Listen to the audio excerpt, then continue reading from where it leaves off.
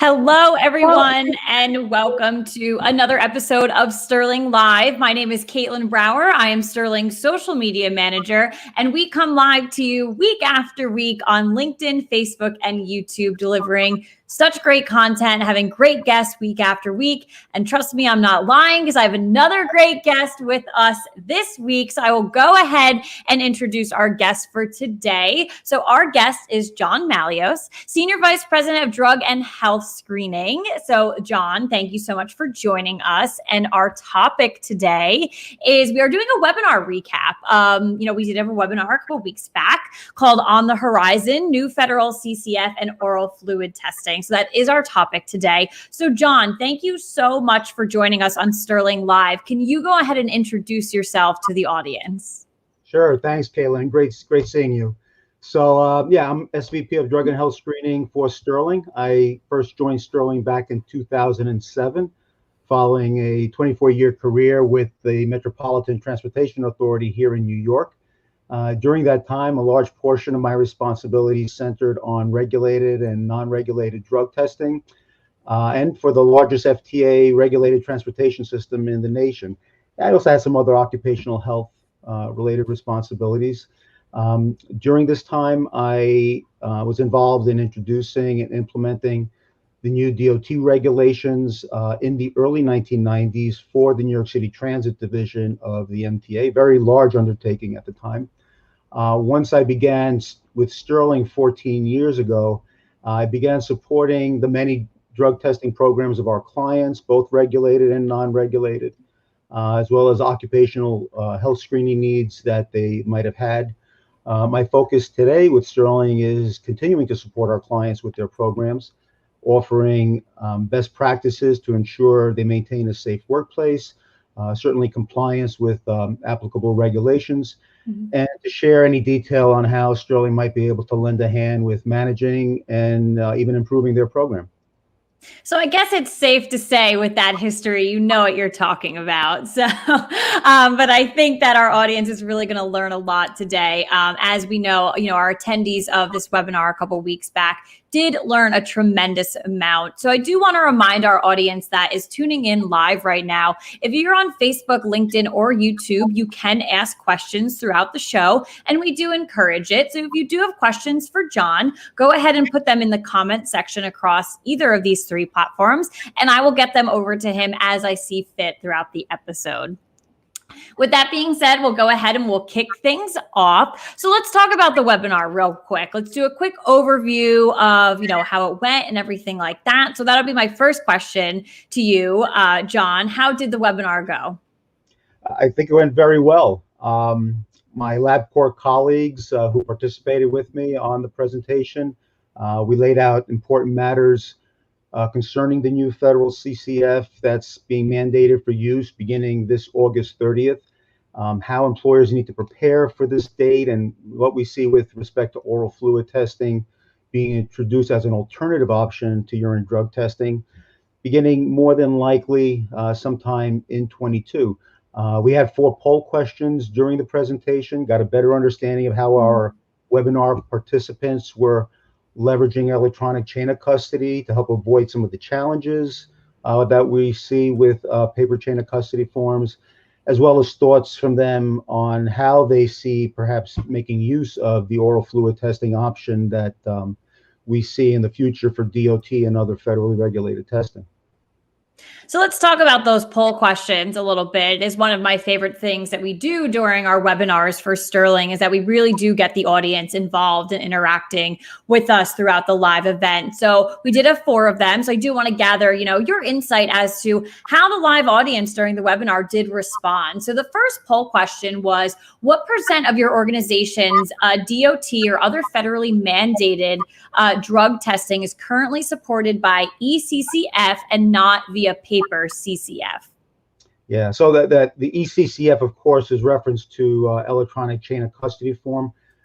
We encourage our clients to use electronic chain whenever possible because it does help them avoid some challenges that come up. That's common with paper forms as they're prepared, not legible in all instances, the absence of some information. Where with the electronic chain of custody forms, there's a system sitting behind the science there that is actually making sure that the collector captures all necessary information to support the laboratory process that then follows following the collection, as well as the MRO process, and ultimately a quicker reporting of the turnaround result. So even though the purpose of the webinar was to speak about the new chain of custody form, it is going as an electronic form, but because in what we're managing for our clients, leveraging the electronic chain of custody is very important.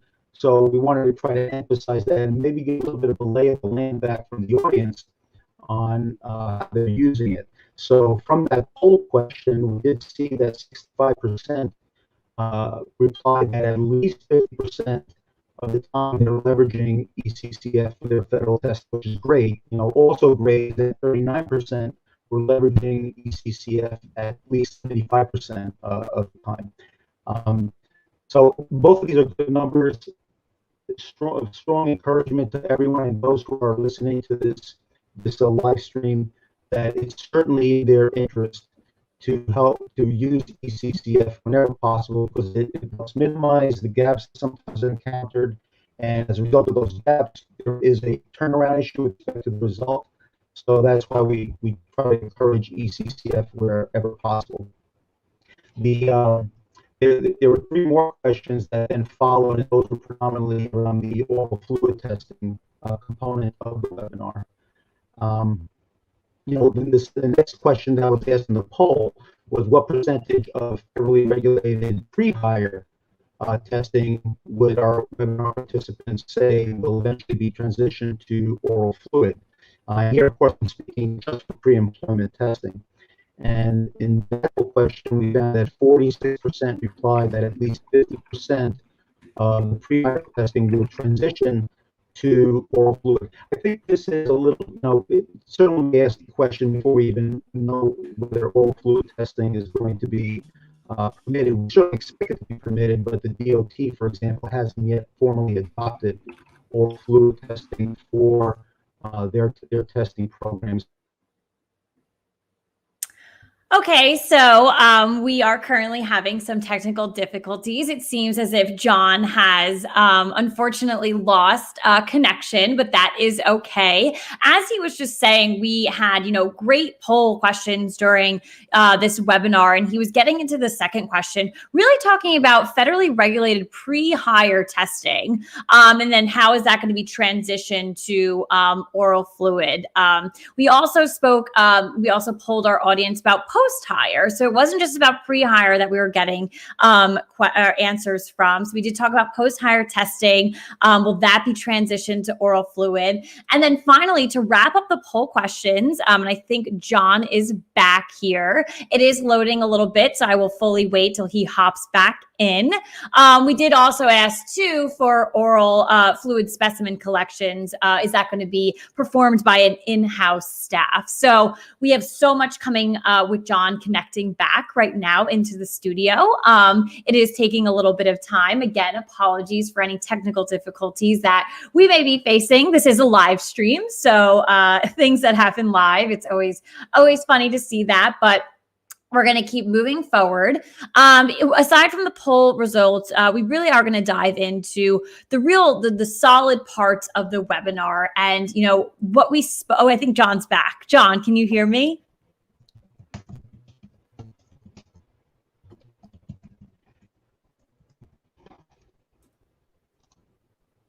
So I can't hear you. I know you are trying to connect right now. It does seem that we are, facing a little bit of technical difficulty still. So we'll keep trying to connect here. I can see you, which is a great thing. I just can't hear you at this time. Okay, well, I'm going to try bouncing out and coming back in. That's great. We will be here, I promise.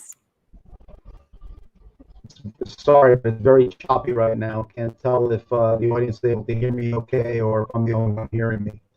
So we can hear you. It is definitely choppy for sure. But again, it's okay that we are facing these technical difficulties. Okay, so you came in very, very choppy. I really didn't catch much. If the audience is able to hear me, I'll continue. The next of our poll questions was what percentage of federally regulated post-hire testing would our participants say will eventually be transitioned to oral fluid? And it wasn't that much different than the preceding question, was 46%. Again, I think this is a little bit of a premature question because I think over time there is going to be more interest in leveraging the benefits of oral fluid testing for our clients, primary of which is the ability for clients to collect specimens themselves and thereby avoiding lost work time by having employees travel to clinics and collection sites for their drug testing, then returning late at a later date. So with oral fluid testing, that could be leveraged and allow the individual to quickly be tested and return directly back to work. The final question of the 4 poll questions was what percentage of oral fluid specimen collections would our participants say would fully be performed by in-house staff? As I mentioned, this is the largest benefit of the oral fluid testing. And here, there were 17% replied that at least 50% of oral fluid collections will be performed by in-house staff. So that's a wrap-up of the 4 poll questions. Yeah, and we gained a lot of information from these poll questions for sure, and very happy to read the results to our live audience today. Again, really great for Sterling to gather live insights during these webinars, and as we just presented from 4 of them, we did gather a lot of insights that we're happy to share with you today. So let's talk about the new Federal CCF. So, John, my first question for you here is, how is the new Federal CCF different from the prior version? Well, in essence, we have 2 chain of custody forms that are in play right now. One is the version that was introduced in 2017, which continues to be valid. It's authorized up until August 30th. But then there's also the new Federal CCF version that was introduced last August. Both are valid and they are to be used today without any hindrance of reporting the result. With the new version, there are some primary changes, at least in my view, that include the allowance for oral fluid as an alternative sampling option to urine. It's important for employers to understand that the urine testing is not going away. Oral fluid is simply being introduced as an alternative method to help with the employer's program. Another key change is the inclusion of donor email address to assist the MRO with outreach, so that when the MRO receives the lab result and needs to make contact with the MRO to review the results that were reported at the laboratory, having an email address in addition to the telephone numbers, it also helps expedite the MRO's responsibility. In this case, for FMCSA regulated employers, the form also adds the CDL number and state of issuance that can be recorded on the chain of custody form. And in fact, FMCSA regulated employers should be moving away from the Social Security number or employee ID and just using the CDL number and state of issuance. This is particularly important because with the FMCSA clearinghouse that was introduced back in January of 2020, the exchange of data and the reporting of data into the clearinghouse requires the CDL number to be known and recorded. The Social Security number or employee ID or other identifier cannot be used to identify the donor and for MROs or TPAs to access drug testing history in the clearinghouse.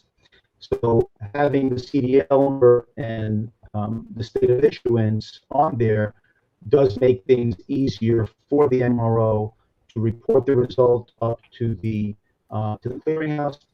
as well as for queries that need to be made either by regulated employers or TPAs who are supporting the programs. I do want to highlight, however, that with the clearinghouse, this is only a requirement for FMCSA under the OT, so this does not apply to FAA regulated employers, Federal Railroad, Federal Transit, Coast Guard, or Pipeline. These modes are applied to the clearinghouse, but it is relevant just for the FMCSA side of the DOT. So in summary, I suppose, in terms of the changes, the new CCF gives a path to employers first for an alternative sampling method through the oral fluid testing, as opposed to continuing with the traditional urine-only testing.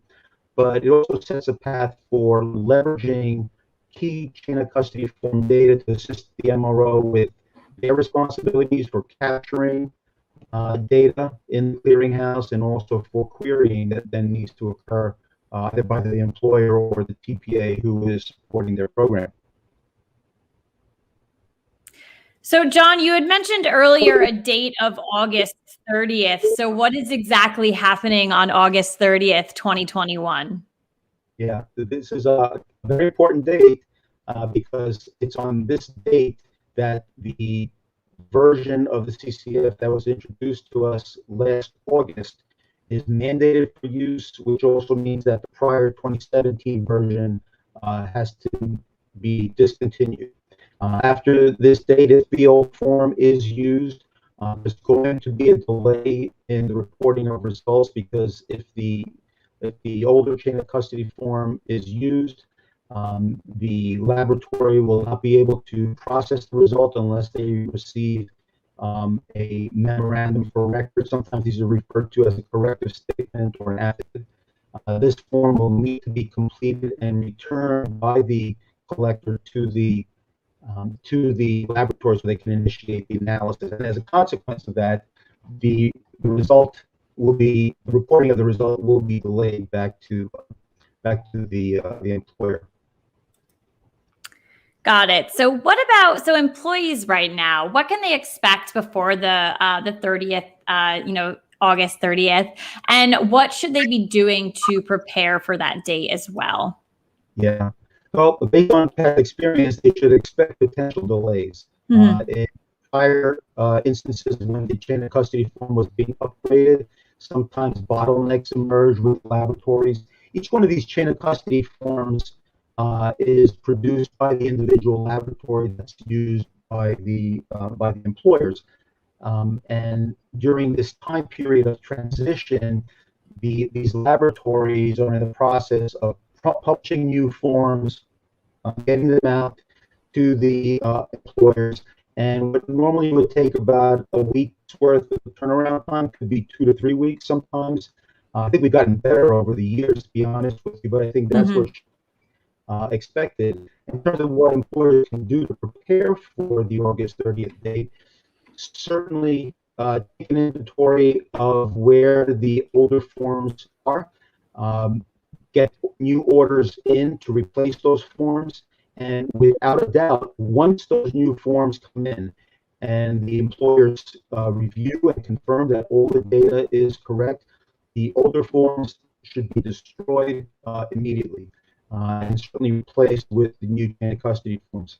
For those employers who stock their forms, their paper forms, with individual clinics and collection sites, that responsibility extends there also. So they should make sure that those clinics and collection sites where their chain of custody forms are maintained, those have to be replaced and the older ones should be destroyed. I can't emphasize this enough that there will be delays if the older forms are used. Of course, all of this can be avoided if electronic chain of custody, ECCF, is leveraged. There you don't have to worry about maintaining paper supplies. And everything is electronically recorded, ensuring a real smooth process of the drug testing event from the point of collection through to the laboratory, on through the MRO, and then finally reporting of the result back to the employer. We recognize that there are some regions in the country where electronic capability for ECCS is not really there yet. In most regions, ECCF does cover. Last year we performed well over 1.1 million drug tests, both regulated and unregulated, for our clients, and about 83% of those tests were processed using ECCF. So for those employers who may not be leveraging ECCF, I think this is a good time to take a look to see what collection sites are in the area where you can electronically register a job candidate or an employee for testing and avoid paper check custodies altogether. One other thing I think would be important for employers to consider during the transition period is to take a look at the DER information that they have in step 1 of the chain of custody form. The DER, or the designated employer representative, this is the individual for the company who will be responsible for receiving results. They can receive drug results, alcohol results. They will be the local contact who is responsible for administering random testing, for example, or alcohol testing. So during this period of transition, it's a very good idea to make sure that that information is up to date, that the DER's contact information, including telephone number, email address, work location address, is there as well during this time. Really helpful timeline and guidance, for those that need to implement this, and get ready for August 30th. So I want to shift gears a little bit. So the webinar did, touch on the new federal CCF, but we also talked a lot about oral fluid testing and the future there. So I have a couple of questions in regards to that. So the first one that I have for you is, why has oral fluid testing been long awaited for federal testing, such as for the Department of Transportation? Yeah, well, oral fluid testing for workplace purposes really started to show itself in the 90s, and urine had already been in place since the 80s, so there still was acceptance of oral fluid testing as a sampling method for workplace drug testing. But since that time, oral fluid testing has proven itself to be just as effective as urine testing, and there are some what could be considered advantages or disadvantages by some between the two, and we can speak about that a little bit. But generally, it's just another option that is proven to be a worthwhile and reliable testing option that employers can leverage if it works for them. The feds have been kicking it around with even hair testing for over a decade. And finally, about 4 or 5 years ago, use of oral fluid testing was preliminarily approved, finally authorized. The chain of custody form, as we discussed, was established.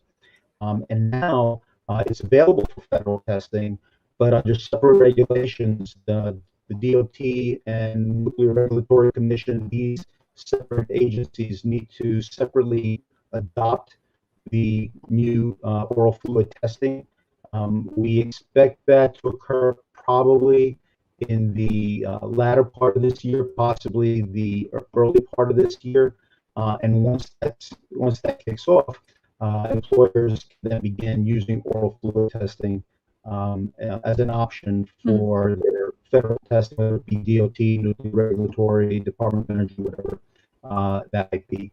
It's a proven method, offers some advantages that might work for clients, and that's why it's been so long awaited for several years right now at this point. So what are some of the testing options and methods when it comes to oral fluid testing? And then also, as a follow-up to that, is one more beneficial for organizations than another one?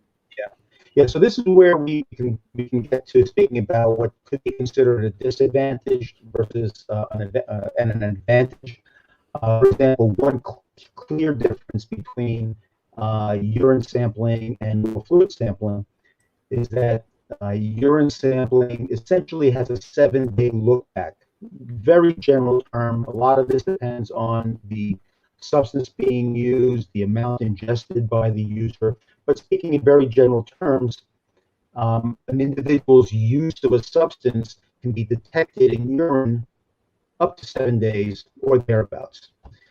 With oral fluid testing, the detection window is less than that, generally 2 days in that case. Personally, I don't view that as any clear differentiator between urine and oral fluid because having been involved in workplace testing, I think the primary benefit and the big win for employers is that they have a program in place, one that's understood by the job candidates and the employees, which are covered by their policy. And that's the first big win for the employers. The fact that one might detect use a little bit longer in terms of a look back over another could offer some benefit. There is some opinion that oral fluid might be a little bit superior to urine because the testing that occurs there is around the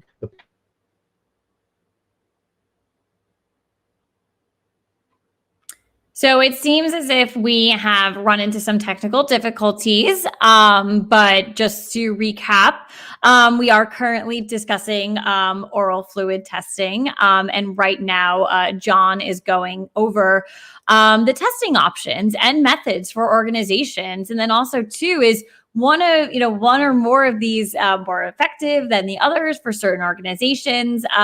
John is also going to take the time to walk through lab-based urine and lab-based oral fluid testing as well. Yep. So again, just seeing some technical difficulties here. We ask for your patience as John pops back into the studio, which should not take long. And there he is. I see him back. Caitlin, I don't know what's going on. My apologies. I'm not seeing any issue with my connection, so something else might be at play here. But where did we leave off before I bounced off?